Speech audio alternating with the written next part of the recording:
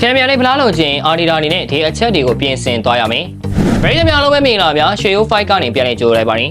ပြီးခဲ့တဲ့ဂျားတုန်းကကစားခဲ့တဲ့ပရီးမီးယားလိပွဲစဉ်မှာအာဆင်နယ်ပဲလေးနဲ့တစ်ဖက်တစ်ကိုးစီတေးကြခဲ့ပြီးတဲ့နောက်300စီဆက်တိုက်ဒုတိယလိုအဖြစ်နဲ့ပြီးဆုံးသွားဖို့ကတေးကြသွားခဲ့ပြီဖြစ်ပါတယ်။အာဒီတာလာအောင်မှာတဖြည်းဖြည်းနဲ့ပုံစံကောင်းတွေပြသလာနိုင်ခဲ့တဲ့အာဆင်နယ်ဟာနောက်ပိုင်းနှစ်တွေမှာချန်ပီယံစင်ခေါ်သူအဖြစ်နဲ့တလန်းရောက်ရှိလာခဲ့ပေမဲ့အခုချိန်ထိတော့ပရီးမီးယားလိချန်ပီယံဆုဖလားနဲ့ကင်းဝေးနေစေဖြစ်ပါတယ်။ဒါပေမဲ့အာဆင်နယ်အနေနဲ့ဒီရာသီမှာဆိုရင်သမိုင်းတစ်လျှောက်ပထမဆုံးချန်ပီယံလိဆုဖလားကြီးကိုစကူရရှိသွားနိုင်မဲ့ခွင့်ရကလက်တကမ်းအလိုမှာရှိနေပါတယ်။တိတိကျကျပြောရမယ်ဆိုရင်၃ပွဲကစားပြီးအနိုင်ရရှိတာနဲ့ပထမဆုံးချန်ပီယံလိဖလားကြီးကိုအကင်မြောက်ခွင့်ရရှိနိုင်တော့မှာဖြစ်ပါတယ်။အာဆင်နယ်လက်ရှိခြေစွမ်းပြသနေတဲ့စွမ်းဆောင်ရည်ရတဲ့ဂန်နာတို့ဟာချန်ပီယံလိဆုဖလားကြီးကိုစုခိုးနိုင်ခြေရှိနေပါတယ်။ဒါပေမဲ့အာဆင်နယ်တို့ချန်ပီယံလိဖလားကြီးကိုစုခိုးခြင်းလဲဆိုရင်တော့သတိထားရမယ့်အချက်တွေရှိနေပါတယ်။နံပါတ်1တိုက်စစ်မှုပြဿနာအာဒီတာလက်ထက်မှာအာဆင်နယ်ရဲ့အဓိကလိုအပ်နေတဲ့အချက်ကတိုက်စစ်မှုစစ်စစ်မရှိတာဖြစ်ပါတယ်။ဒီနေရာအတွက်ဟာဗတ်ထရက်ဆယ်တို့နဲ့ဖြည့်ရှင်းခဲ့ပေမဲ့လည်းရေတိုကူစားတဲ့နီလန်တစ်ခုသာဖြစ်ခဲ့ပါတယ်။လက်ရှိအချိန်မှာတော့မယ်ရီနိုကအဲ့ဒီတာဝန်ကိုယူထားပြီးမစိုးလာဘူးဆိုတဲ့အနေအထားတစ်ခုတော့ပြသနေပါတယ်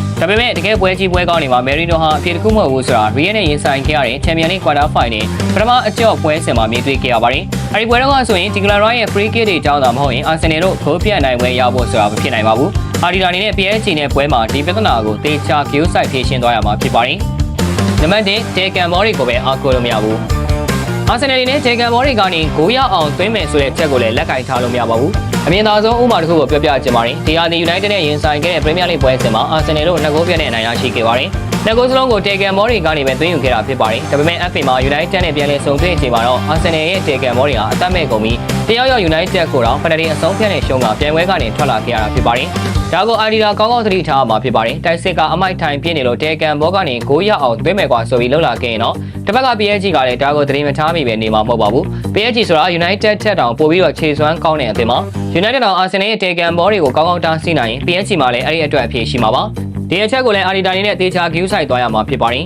။နံပါတ်3အာယုံစူးစိုက်မှုနောက်ဆုံးချက်ကတော့တပွဲလုံးအာယုံအပြည့်စိုက်ထားရမယ်ဆိုတာပါပဲ။ချန်ပီယံလိရှုံးတဲ့ပွဲစဉ်တွေဆိုတာအမားတိတိလေးတစ်ခုကနေပြိုင်ပွဲကနေထွက်ခွာသွားရစေနိုင်ပါတယ်။ဒီနောက်ပိုင်းမှာအာဆင်နယ်အာယုံစူးစိုက်မှုရောနေလာတာကိုသတိထားမိလာပါတယ်။ဒါကိုရီယယ်နဲ့ဒုတိယအကျော့ပွဲဘဲလီလိုနဲ့ပွဲမှာမြင်တွေ့ရပါတယ်။ရီယယ်နဲ့ဘာနေဘူးကပွဲမှာဆိုရင်ဥဆောင်ကိုရရှိခဲ့ပြီးတဲ့နောက်အာယုံတေချာမဆိုင်လို့ခြေပါကိုချက်ချင်းပြန်ပေးလိုက်ရသလိုဘဲလီနဲ့ပွဲမှာလည်းစာလီဘာရဲ့ပေါ်ရောက်မှုကြောင့်ခြေပါကိုပြန်ပေးလိုက်ရတာဖြစ်ပါတယ်။ဒီနှစ်ပွဲစလုံးကအမားတွေဟာအာဆင်နယ်အတွက်ထိခိုက်မှုမရှိစေဘူးဆိုတာမှန်ပေမဲ့ PSG နဲ့ပွဲမှာတော့ဒီလိုအမားတွေကိုထပ်လုပ်လို့မရတော့ပါဘူး။ PSG ဆိုတာမျိုးကလက်ရှိဥရောပရဲ့အကောင်းဆုံးတိုက်စစ်ကစားသမားတွေပိုင်ဆိုင်ထားတဲ့အသင်းဖြစ်တာကြောင့်အာဆင်နယ်နောက်တန်းကတစ်ခုခုမားတာနဲ့ PSG ကိုစားတော့မှာပါ။ဒါကြောင့်အာဆင်နယ်အနေနဲ့ချန်ပီယံလိဆုဖလားကြီးကိုစကူရရှိခြင်းနဲ့ဆိုရင်တော့အခုပြပြသွားတဲ့အချက်တွေကိုတေချာပေါက်သတိထားသွားမှာဖြစ်ပါတယ်။ဟုတ်ကဲ့ပါခင်ဗျာဗီဒီယိုလေးကတော့ရောက်ပါပြီ။နောက်နေ့မှာလည်းအားကစားနဲ့ပတ်သက်တဲ့သတင်းကြောင်းတွေကိုတင်ဆက်ပေးသွားမှာဖြစ်တာကြောင့်ကျွန်တော်တို့ရဲ့ page လေးကို like and follow လုပ်ပြီးဒီဗီဒီယိုလေးကိုလည်း share ပေးကြပါအောင်လို့ပြောရင်းနဲ့ဒီကောင်ထုတ်လိုက်ရပါတယ်ခင်ဗျာ။